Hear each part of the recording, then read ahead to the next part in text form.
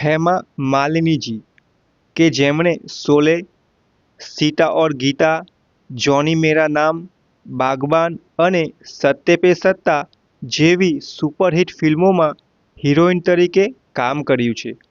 તેમને બોલિવૂડની dream girl તરીકે પણ ઓળખવામાં આવે છે. આ હેમા માલિનીજી એવું તો શું ખાય છે કે 77 વર્ષની ઉંમરે પણ દેખાવમાં સુંદર અને શરીરથી ફિટ છે. ડેલી રૂટીનમાં એવું તો શું કરે છે કે જેનાથી તેઓ આખો દિવસ આ ઉંમરે પણ એનર્જીથી ભરપૂર રહે છે. તો ચાલો જાણીએ એમના ડેલી રૂટીન વિશે.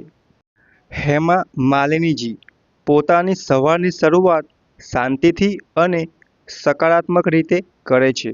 સવારે ઉઠતાની સાથે જ હૂંફાળા પાણીની અંદર લીંબુ અને મધ નાખીને પીવે છે. આધ્યાત્મિક ગુરુ સદગુરુ જણાવે છે કે મધ શરીરમાં રહેલ વધારાની ચરબીને ઓગાળે છે અને શરીરની એનર્જીમાં વધારો કરે છે. મધમાં vitamin, minerals, amino acid, antioxidant જેવા 181 પ્રકારના ઘટકો હોય છે જે શરીર માટે ખૂબ જ જરૂરી છે. અહીંયા એક વાતનું ખાસ ધ્યાન રાખવાની જરૂર છે કે મધને હૂંફાળા પાણી સાથે લઈ શકાય છે, પણ મધને ગરમ કરીને અથવા ગરમ પાણી સાથે ન લેવું જોઈએ. આમ કરવાથી મધમાં રહેલ તત્વો વિકૃત બની પોઈઝન ઝેરનું કામ કરે છે. વિજ્ઞાન આધારિત રિપોર્ટ જણાવે છે કે સવારે હૂંફાળા પાણીની અંદર લીંબુ અને મધ નાખીને પીવાથી શરીરની પાચન શક્તિ સુધરે છે, તેમજ શરીરમાં રહેલ નકામો કચરો અને ઝેરી તત્વો દૂર થાય છે. તેમજ આ પાણી શરીરના જે સારા સેલ્સ હોય છે તેને ડેમેજ થતાં અટકાવે છે, તેમજ લોહીમાં ઓક્સિજનનું પ્રમાણ વધારે છે અને આપણી સ્કિનને ચોખ્ખી બનાવે છે. હેમા માલિનીજી 1 કપ કેસરયુક્ત દૂધની ચા અને થોડા હળવા લાઇટ બિસ્કિટથી દિવસની શરૂઆત કરે છે. આખા દિવસ દરમિયાન ફક્ત 2 કપ ચા પીવે છે. નાસ્તામાં તેઓ ફ્રૂટ અથવા ઇડલી જેવા હળવા પરંપરાગત ભોજનને પસંદ કરે છે. સારા સ્વાસ્થ્ય અને શાંતિ માટે હેમા માલિનીજી અઠવાડિયામાં 2 વાર, સોમવારે ભગવાન શિવ અને શુક્રવારે દેવી દુર્ગાને સમર્પિત ઉપવાસ કરે છે. આ 2 દિવસ દરમિયાન તેઓ આખો દિવસ ભૂખ્યા રહી સાંજે વહેલા ઉપવાસ તોડે છે. કેળા, નટ્સ, તાજા ફળોના રસ અને પનીર જેવા સાત્વિક ખોરાક લઈ પોતાનો ઉપવાસ તોડે છે. તેઓ માને છે કે ઉપવાસ તેમને માનસિક રીતે શાંત અને શારીરિક રીતે સક્રિય રહેવામાં મદદ કરે છે. ઉપવાસ ઉપર થયેલ સાયન્સ બેઝ રિસર્ચ અને સ્ટડી જણાવે છે કે રેગ્યુલર ઉપવાસ કરવાથી આપણા શરીરના સેલ્સ રિપેર થાય છે, જેને લીધે તે ઉંમર વધવાની પ્રોસેસને ધીમી કરે છે, તેમજ DNA ઓટોમેટિક રિપેર થાય છે.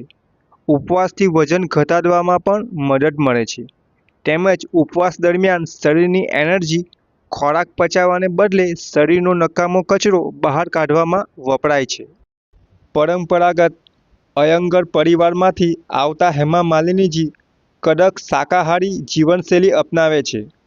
તેઓ બાફેલી, વરાળથી બનેલી અથવા ઓછી તેલવાળી વાનગીઓ ખાવાનું પસંદ કરે છે. ભારેપણું ટાળવા માટે તેઓ ક્યારેય ભાત અને રોટલી એક જ સાથે ભોજનમાં જમતા નથી, એટલે કે જ્યારે રોટલી જમતા હોય ત્યારે ભાત જમતા નથી અને જ્યારે ભાત જમે છે ત્યારે રોટલી જમતા નથી.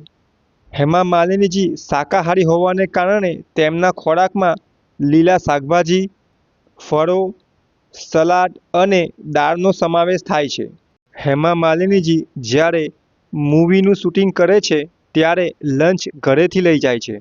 હેમા માલિનીજી સાઉથ ઇન્ડિયન હોવાથી તેમને સાઉથ ઇન્ડિયન ભોજન ખૂબ ગમે છે. ખાસ કરીને રસમ ખાવાનું પસંદ કરે છે. તેઓ રોજ 2 કપ ગ્રીન ટી પીવે છે. હેમા માલિનીજીએ જણાવ્યું હતું કે ઘણા સમય પહેલાંથી જ એમણે ખાંડ ખાવાનું છોડી દીધું છે અને કશે બહાર આઉટિંગ અથવા કોઈ ઇવેન્ટમાં જવાનું હોય તો હોટલ મેનેજમેન્ટને પહેલેથી જ જણાવી દે છે. કે ખાંડની જગ્યાએ મધનો ઉપયોગ કરવો. સાયન્ટિફિક એવિડન્સ વૈજ્ઞાનિક પુરાવા મજબૂત રીતે સૂચવે છે કે રોજિંદા જીવનમાં ખાંડનો ઉપયોગ ઓછો કરવાથી નોંધપાત્ર ફાયદાઓ થાય છે, જેમ કે પેટની ચરબી ઓછી થાય છે, ડાયાબિટીસનું જોખમ ઘટે છે, તેમજ 2023માં થયેલ એક સ્ટડી પ્રમાણે હૃદયરોગનું જોખમ ઘટે છે અને ત્વચાને ચોખ્ખી કરે છે અને વધતી ઉંમરના પ્રભાવને ઘટાડી સુંદરતામાં વધારો કરે છે. હેમા માલિનીજી નહાવા માટે સાબુનો ઉપયોગ કરતા નથી. તેની જગ્યાએ ચણાનો લોટ અને મલાઈનો ઉપયોગ કરે છે અથવા ચણાનો લોટ અને દૂધનો ઉપયોગ કરે છે. આ બંને વસ્તુને નહાવાના 15 મિનિટ પહેલાં પલાળી રાખી પછી શરીર ઉપર બરાબર ચોપડી અને નવશેકા પાણીથી સ્નાન કરે છે. તેમજ અઠવાડિયામાં 2 વાર મસૂરની દાળનો પાવડર કરી મધ સાથે ભેળવી આ મિશ્રણને થોડા સમય માટે શરીર પર ચોપડી રાખ્યા પછી સ્નાન કરે છે. આનાથી એમની સ્કિન ચમકદાર બને છે. હેમા માલિનીજી શૂટિંગ પરથી આવ્યા પછી ગ્લિસરીન અને લીંબુને મિક્સ કરીને હાથ અને પગ પર લગાવે છે કે જેને કારણે હાથ પગ ઉપર સૂર્યપ્રકાશને કારણે પડેલા ટેનિંગ દૂર થાય છે. રોજ 20થી 25 મિનિટ સાયકલિંગ કરે છે. બ્રિટિશ મેડિકલ જર્નલમાં પ્રકાશિત એક રિપોર્ટ અનુસાર દરરોજ સાયકલ ચલાવવાથી હૃદયરોગથી થતા મૃત્યુનું જોખમ 52% જેટલું ઘટે છે અને કેન્સરથી થતા મૃત્યુદરનું જોખમ 40% જેટલું ઘટે છે. હેમા માલિનીજી રોજ 45 મિનિટ સુધી યોગ અને પ્રાણાયામ કરે છે. કશે બહાર ગયા હોય તો પણ યોગ અને પ્રાણાયામ કરવાનું ચૂકતા નથી. તેઓ રેગ્યુલર ક્લાસિકલ ડાન્સની પ્રેક્ટિસ કરે છે, જેનાથી તેમનું સ્ટ્રેસ, તણાવ દૂર થાય છે અને શરીરમાં એનર્જી બની રહે છે. રવિવાર તેમના માટે આરામનો દિવસ હોય છે. રવિવારે તેઓ સાદા દહીં સાથે ઘરે બનાવેલા પનીર પરાઠાનો આનંદ માણે છે.